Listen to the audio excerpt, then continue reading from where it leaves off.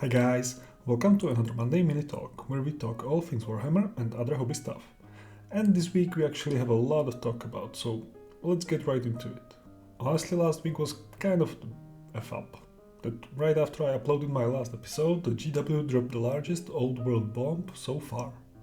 But the silver lining is that I had quite a lot of time to really think about the release. First of all, I have kind of wishful thinking.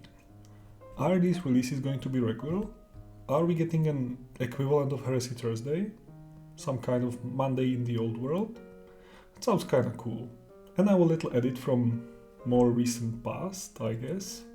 We got another article. So the first part of the video stays the same, but the second part is more of a live unedited reaction, even though it is not the first time I see this. And we got a little bit confirmation that these articles are going to be weekly. So that's great. But with that, let's take a look at the last week's article, the Old World Almanac. Now, first of all, I absolutely love the old artwork. This is pure gold and I really do appreciate GW is using those.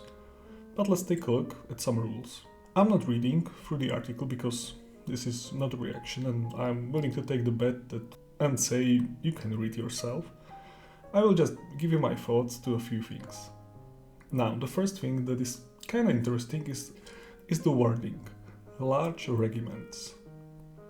I know it might be just megalomaniac tendencies of GW, but we had some evidence of larger units, like the 32 archers in the box. And let's not forget that GW is slowly increasing the number of models you need for a full-scale game. I don't know for sure about AOS, but for 40k it is true. So, is this the same case as the Horus Heresy, and we will get the regular option for like 3000 points. It is not really a problem, it's just an interesting thought. So, the turn sequence. It is still turn-based. Perfect. Each turn has 4 phases and each phases have 4 sub-phases. It seems quite difficult to follow, but as we will see, it is quite logical, and once you get used to it, I'm sure it will be just muscle memory. Plus, I don't really mind having these rails to follow to the letter, because it mostly eliminates arguments. So we have strategy, movement, shooting and combat. First thing first, there is no magic phase, and I absolutely love it. I enjoy the way 40k changed the psychic, and so we have in each phase a sub-phase that is dedicated to a type of magic. And if we skip a little bit, we can see this spell card for this incantation, and it has all the goodies you would expect, but it also has the type, enchantment. And as we can see, enchantments are cast in strategy phase. And in a similar way, we will have the conveyance spells in movement, vortex spells in shooting, and assailment spells in combat. So that is actually quite neat way to do magic. Of course, we know basically nothing about the rest of the magic, so for example casting value is just my guess. But if I were a betting man, and I would say that your pool of magic will be made by, let's say, the power level of your magic dudes. But I would like to be wrong here. But let's get back here. The charges are the first in the movement, which is great, I love that system. Just a little thought there.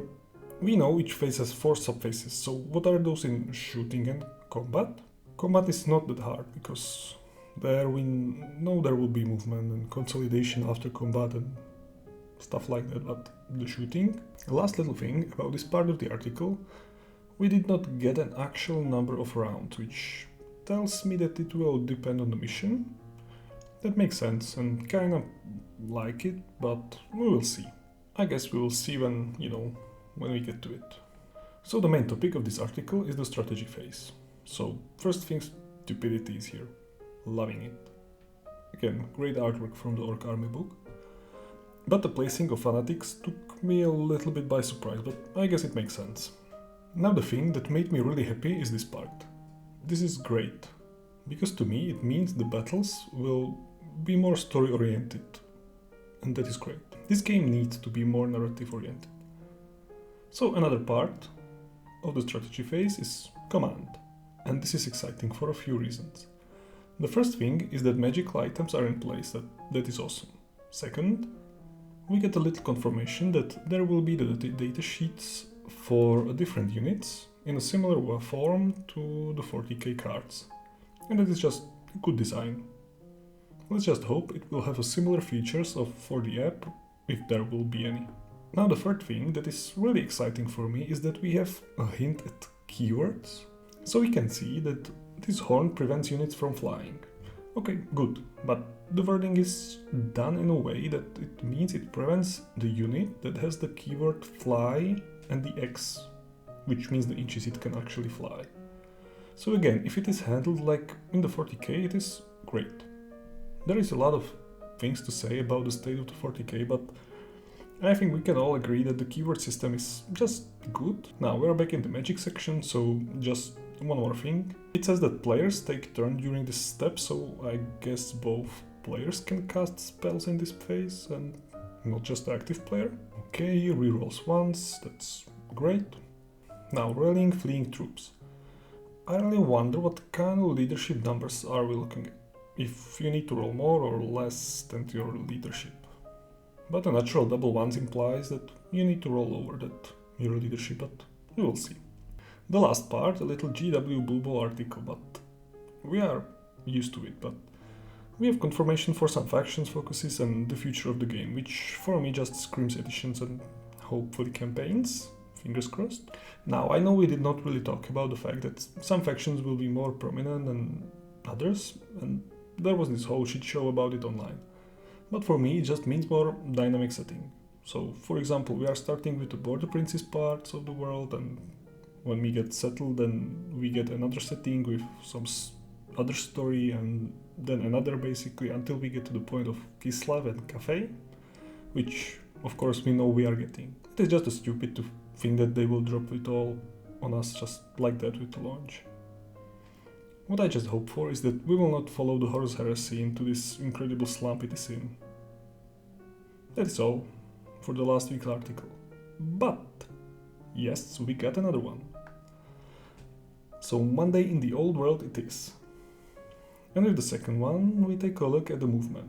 This is not really a reaction because I have seen the article previous to the recording, but I had basically no time to really think about it, so it will be more or less on the spot. So, the movement. With this stage, I did not really think they could surprise me, but I was kind of wrong in some places. So let's take a look. So, the movement. With this stage, I did not really think they could surprise me, but I was kind of wrong in some places. So let's take a look. So, the movement. With this stage, I did not really think they could surprise me, but I was kind of wrong in some places. So let's take a look. Again, great artwork. So first of all, the formation. This looks great. This looks like it's, I believe, from 7th edition core book. Might be older. But yeah, this looks pretty the same as, you know, the old fantasy. We got the close order, we got open order, we got skirmish, we got lands. Of course, we know the cavalry will get a standard to do basically the close order. Only thing I would like to know is if they can change between the lands and the close order. Probably only in the, you know, Bretonnia faction. But it might be quite a need to get, you know, some charge bonuses from the land station. Skirmish, great edit states. It's good for some scouts and things like that. And of course, when they get attacked, they get ranked up together, which basically looks the same like this. So yeah, that's great. Now this seems rather interesting. I'm not really sure if it was present during the fantasy, but I might be wrong. So we have standard combat order, which basically this is the state of every unit basically all the time. And we have a marching column. And the marching column is basically just for the quick redeploys. It seems great, and you will see later that there is a little bit theme to these changes, if we can say that. And this, yeah, that's great. It's great for quick redeployment. It's great for a quick movement to units that doesn't really have a good movement characteristics. Only thing I would like to know if how quick is this change from combat order to marching order, and whether there are any penalties for if basically you get caught in this stance, in the marching column, and, get charged or shot at. I would like to know if there are any, penalties for that. Perfect. Skirmishers and open order, yeah, ignores basically all terrain. That's good. Now, the movement phase itself. Again, beautiful artwork. Again, we have 4 different sub phases to this phase. First, as we probably all predicted, and we got it from in the last week's article, is the declared charges. The same as, the old fantasy. First of all, in the movement, you declare charging units, you declare their targets. It feels the same. Great. You can pre-measure the distance, so no more guessing, which was fun, but I guess this is much better. That's perfect. Okay, so we have charge reactions. Hold, stand and shoot, flee, and counter charge. Hold, basically what you would expect. Stand and shoot, again, self-explanatory. Flee, I'm interested to see, the movement characteristics of fleeing. That might be some interesting thing to see. And counter charge, which, again, I'm really interested in.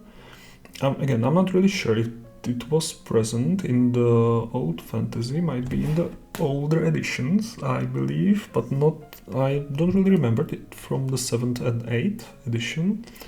But yeah, this might be kind of fun.